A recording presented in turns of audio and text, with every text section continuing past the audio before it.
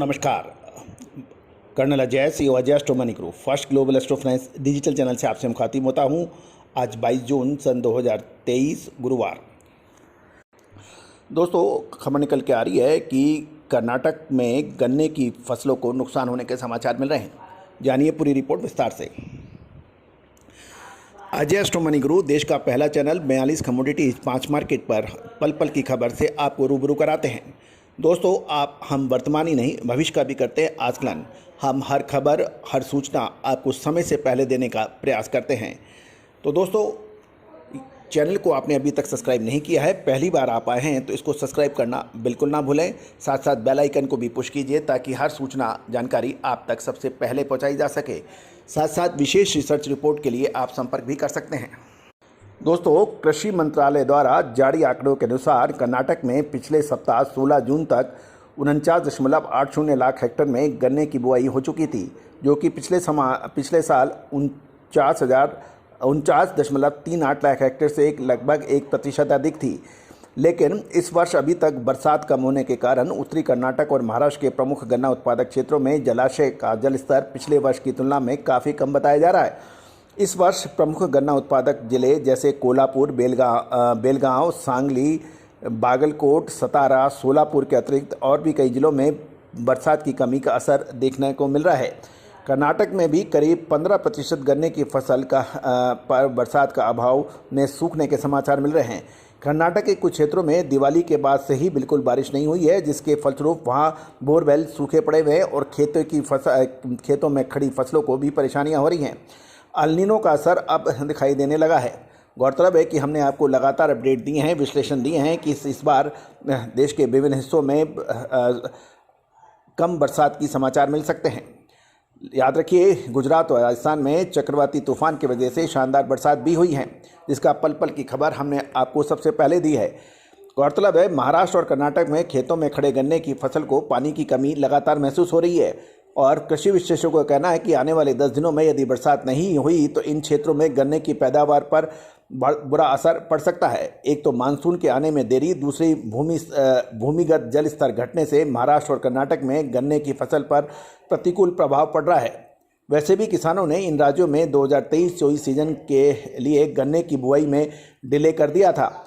एक शुगर व्यापारी ने बताया कि पानी कमी के कारण गन्ने की बुआई के प्रति किसानों की सुस्ती देखी जा रही है।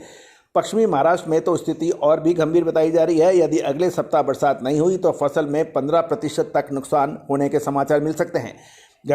गौरतलब है कि गन्ने की फसल में एक बार नुकसान हो जाए तो उसकी भरपाई करना मुश्किल हो जाता है और खेतों में खड़ी फसल सूखने लगी है और किसानों से चारे के रूप में इस्तेमाल करके पशुओं को खिलाने के अलावा और कोई चारा नहीं रहेगा।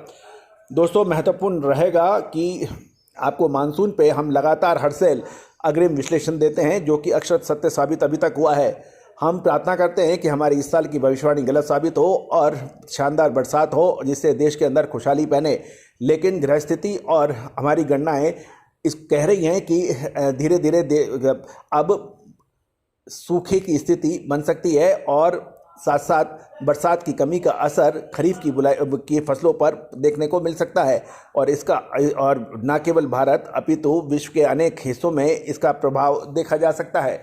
दोस्तों, ये तो समय बताएगा कि आगे क्या होगा, कि इस बार हम सही साबित होते हैं कि नहीं हर साल की तरह, या फिर कुछ नहीं।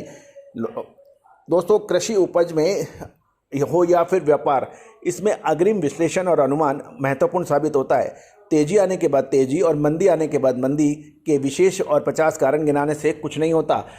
जब तक आप निचले स्तर पर अच्छा क्वालिटी का माल नहीं खरीदेंगे, ऊंचे आने पर आप नहीं बेचेंगे, तो आप व्यापार में कामयाब नहीं हो सकते। अक्सर होता ही है कि मंदी के अंदर कोई खरीदना नहीं चाहता, जब तेज़ी शानदार हो जाती है तो उसके बाद सारा व्यापारी वर्ग उसको खरीदने दौड़ पड़ता है और उसके बाद फिर भाव नीचे आ जाते हैं। देखिए, गवार में क्या हुआ था, यही गवार में हुआ था जब गवार 42-4500 रुपये क्विंटल था, जब किसी ने खरीदा नहीं। जब 6500 के भाव आए, 6400 के भाव आए प्रति कुंटल, सबने गवार खरीदा और उसके बाद लगातार नीचे गिरा। तो दोस्तों, इसका भी हमने आपको अग्रिम विश्लेषण दिया था। तुअर पे देखिए, इसके अलावा लाल मिर्च पे आप देखिए, साथ साथ मेथी के अतिरिक्त अजवाइन, इन सभी पर हमारा विशेष विश्लेषण सही साबित हुआ है। जीरा, धनिया, लाल मिर्च, काली मिर्च यानी स्पाइसेस के ऊपर भी हमारा विश्लेषण सही साबित हुआ। तिलहन पर भी यानी सरसों और सोयाबीन पर भी हमारे अपडेट लगातार सही साबित होते जा रहे हैं। तो दोस्तों, आपको भी यदि विशेष विश्लेषण या रिपोर्ट की आवश्यकता है तो फ़ोन नंबर स्क्रीन पे है, आप अवश्य संपर्क करें। All the very best, good luck, happy trading.